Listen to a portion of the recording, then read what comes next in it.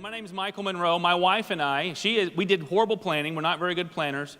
She's at a conference in Atlanta, and I'm here. And we usually do all this kind of thing together. She's kind of my sidekick, and I'm hers. But my wife and I have the privilege of leading a local church adoption and foster care ministry. We've been doing that for over 9 years. And it's at Irving Bible Church in Irving, Texas. Think Dallas. The name of the ministry is Tapestry, and we also have a ministry that we are privileged to be a part of with Dr. Karen Purvis called Empowered to Connect. Who likes free stuff? You like free stuff? Who likes free stuff without having to even leave your home? Just sitting there at the computer and you want to go and get free stuff on the computer, like Amazon for free, right? Well, if you go to empoweredtoconnect.org, we have got days worth of free stuff, videos and audios and articles and lectures and a downloadable Bible study and all kinds of things designed not for parents, but designed for adoptive and foster parents. Designed not for the parenting journey, but for the adoption and foster journey, which I'm learning every day more and more is a unique journey that God's called us to. He's called us to minister and to love and to serve and to care for unique kids with unique histories and unique needs. And He's doing some unique work in me to become a totally different type of parent than I ever imagined. Now, here's what I can promise you. I can promise you that since I'm not a preacher, I'm not a teacher, I'm not going to talk for very long. I guarantee you I'll be the shortest talk you hear all day. Absolutely. Look at the smiles. Look at the smiles. In fact, I'm the opposite of a preacher. I'm a lawyer, right? And so hopefully you won't hold that against me, but I am a preacher's kid, so maybe that's 2 strikes. I don't know how that works. But we have the privilege, and what we do as lay people, as volunteers in our church, is really put our skills and our experience and everything that God's given us and blessed us with to minister and to teach and to reach and to equip and train parents for this unique journey that I spoke of.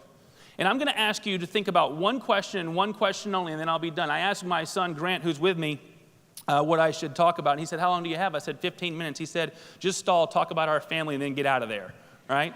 I'm not going to do that. I'm going to ask you a question that I've been asking myself for a number of years, a question that we ask in our training all the time of the parents that we teach who are on this very journey. And even if you're not an adoptive foster parent, or as we call it, kicking the tires to maybe become one, or maybe you're a husband and you got drug here and you have the marks on your ear to prove it. Maybe you advocate for kids in care. Maybe you advocate for the fatherless and vulnerable children. Whatever your case may be, I think this question applies to all of us, and here's the question, very simply. The question is, where do you stand? Where do you stand? Let me illustrate what I'm talking about. I was at a conference last year, actually the one Meridell yesterday mentioned, Summit. If you're looking for a one-stop shop where you can get lots of resources and lots of ideas, lots of equipping for this journey, whatever your journey looks like, wherever God's leading you, I would encourage you to check out Christian Alliance for Orphans Summit, which this year is going to be held in the Chicagoland area. But last year it was at Nashville. At one of the big Baptist churches there, and it was spread out and it was sprawling, and we were doing a couple of different sessions, and I finished a session at Summit, and this dad grabbed me, literally like by the arm, and it kind of unnerved me a little bit, and I had to be somewhere across the church in 10 minutes, and he said, I got a question for you. There's 2 types of questions when you're at conferences like that. Short, easy ones, yes or no, here's my card, here's my email, go find it, and I got a problem, help me fix this, and it was one of the I got a problem, help me fix this. And so I made him a deal. I'll talk to you, I'll listen to you, but you got to walk with me. And I walked really, really fast. And so we took off. And his question really was around one of the troubling things he was dealing with his 15-year-old son. These are the kinds of things that we do in our ministry every day. I swear to you that when in my future ministry life, I am going to be the leader of the softball team at our church, because you got to get the lights on, you got to get the jerseys there and the umpires there, and that's the extent of this ministry. But when we got into this ministry, I had no idea what we were getting into. I had no idea that God would be using us and using those that are on our team and those that we partner with to actually help parents kind of navigate this. And it's humbling and it's amazing. But he wanted some advice from me. And mind you, my oldest son is 14. I have a 14-year-old, I have a 12-year-old, and I have 2 9-year-olds. And so we're still learning a lot of this as we go. But he had a troubling question, a troubling issue with his son. And frankly, I don't even remember what it was, but it was a big one. It was a perplexing one. It was one that was really troubling him and giving him a lot of pain and grief. And he kept explaining to me about how wrong what his son was wanting to do. I think it was about choices he was making and how he just could not allow his son to go to that place. And he kept describing it to me. And we finally got to the hall where I had to be, and I only had a couple of minutes. And this is what I ended up saying to him. And it's one of those things that stuck with me because it's something I've been living. And I asked him, he was standing actually, just imagine with me, that he was standing right here. And I said to him, I said, buddy, look, here's the thing. What you're describing to me, everything you're telling me is about this issue. And I pointed to the floor in between us. You're talking about the position. You're talking about right and wrong. And let me say this. I want you to know that I know that there is right and that there is wrong, and that right is right and wrong, and that is important. But that's not the only thing that's important. And what I said to that dad is I said, I don't know in your home the answer to this question about this issue and how you make your son see this issue the same way you do. But I do know, based on what you've described to me, that the posture in your home is you, the issue, and your son. And all I can tell you is this, that at the end of the day, you can be absolutely right about that issue, but if the posture in your home is you, the issue, and your son, everything I've seen in this last 9 years of doing ministry with these families suggests to me that you're going to have a hard time seeing the change that you so desperately want and you're praying for. He says, well, what do I do? Do I change my position on the issue? I said, no. And I just walked around. He had already grabbed me, mind you, so I put my arm around him. And I said, here's the thing. When we talk, and I've heard some of the talk today, when we talk about where do you stand, probably for many of you, the first thing in your mind, certainly for me, the first thing into my mind is, what's the issue? Give me the issue and I'll tell you where I stand. It's about position. It's about our position on the issue. And what I was trying to tell that dad in that moment, what we spend a lot of time in our ministry trying to help parents understand is that the position that we take on the issues is important, but it can never be more important than the posture we take relative to the people involved in the issues. And this is the context for us. The context is adoption and foster care. That we've got to become really focused as adoptive and foster parents, as advocates for kids that we call from hard places. That's Dr. Karen Purvis's term that she uses. For our kids who have these unique histories, we're going to have to begin to figure out, where do we stand? Not so much on what's right and what's wrong. That doesn't change. But where do we stand relative to the people involved, namely our kiddos? I'll tell you that in our home, when there's seasons of conflict and when there's times of strife, even when there's times of misbehavior and our kids are getting it wrong, when I really began to examine what's going on, there are things that they're doing wrong. They are matters of the heart. They are matters of the head. But oftentimes there's one common denominator that's also going on. Dad is standing across from the issue, across from the child over the issue, as opposed right next to my kiddos. I was telling one mom this recently, and she said to me, well, what if your child keeps moving away, or in our case, keeps literally physically running away? I said, I think there's a couple of scriptures about that, right? One about one lost sheep kind of straying off. I even remember in the prodigal, I always used to think that the prodigal story went something like the dad who is right stands on the porch until the child gets all the way back up to the porch, groveling, begging for forgiveness. But somehow when I go back to that scripture, I see something different. It says when the son was still a long ways off, that dad went out there, ran to meet him, and basically, my paraphrase, threw a party. See, the reality is that our kids make it hard to strike the right posture.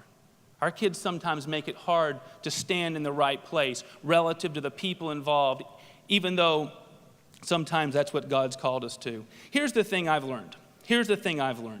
And that I am learning as God uses my kids to raise me and to teach me. See, I got into this whole journey because I wanted to do something good for my kids. I wanted to move in that direction, and I knew God was calling us there. I had no idea that He was going to use this journey to change me every bit as much, if not more, than my kids. And here's what I'm learning.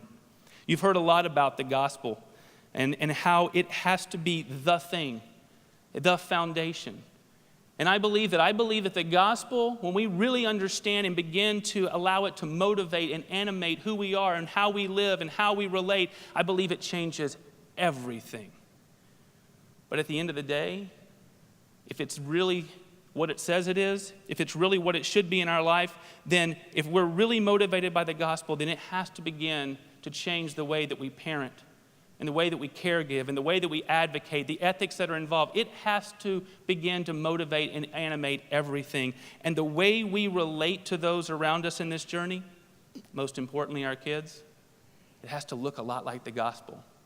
You see, in my home, when there are seasons of conflict and times of strife, our parenting posture looks a lot like this, right? Or if I get real frustrated, like this, yeah? Or if I have really had it, I don't want to hear anymore. Or if I'm totally done, I turn my back and I walk away. Or maybe I point that accusing finger. I take a lot of postures relative to my kids. And the truth is, you probably do too. But if the gospel is going to motivate and animate how we relate moment by moment, day by day, during this Lenten season, as we come up to the celebration of the resurrection, I'm reminded very vividly that there is one posture that illustrates most clearly the gospel. And it ought to be the posture that most clearly illustrates how I relate to my kids, how you relate to those that you're loving and caring and advocating for, and it is the posture of the cross. Hands outstretched, giving of ourselves, as we've been given to by a God who gave everything in his Son on the cross. So the question is, where do you stand? I love what Paul says, and I'll close with this. In his letter to the Philippians, he writes in the first chapter, he says, whatever happens, I think that covers everything. So if you're sitting there thinking, but you don't know my child, you don't know our challenges. Well, I'm just going to read to you Paul's words, and you can figure out if those challenges in your child fit into this what he's saying. He says, whatever happens, conduct yourself in a manner worthy of the gospel of Christ. You see, there he's not focusing on something that we understand or that we hear or that we learn. He's talking about how we act. He's talking about our posture. Go back to the Gospels and look. Oftentimes people were asking Jesus to choose between a position and a posture. Oftentimes it was the religious elite. And almost every time he chooses to their complete bewilderment the posture relative to the weak and to the oppressed and to the outcast. Paul says, whatever happens, conduct yourselves in a manner worthy of the gospel of Christ. Then, he writes, I will know that you stand firm in one spirit, striving together as one for the faith of the gospel. So the question is, where do you stand? Where do you stand? Right is right, wrong is wrong, but it can never be more important to be right than to relate rightly. Where do you stand? The reason I ask you that question is because I'm asking myself that question. I'm asking the parents that God has given us to mentor and to train and to educate that question. And ultimately, if we claim that the gospel motivates and animates that which we are called to do, then it seems to me that the answer to that question has to look a lot like the gospel, has to look a lot like the cross and the Savior that died on that cross for us. So struggle with me, grapple with me on that question. Where do you stand? And as you do, I pray that God will continue to bless you and to lead you and to guide you as you strive to be not more successful in this journey, more faithful in this journey. And as you do, I believe that as God gets the glory, his name will be proclaimed and many will come to him seeing the witness that you bear. Thank you so very much for your time.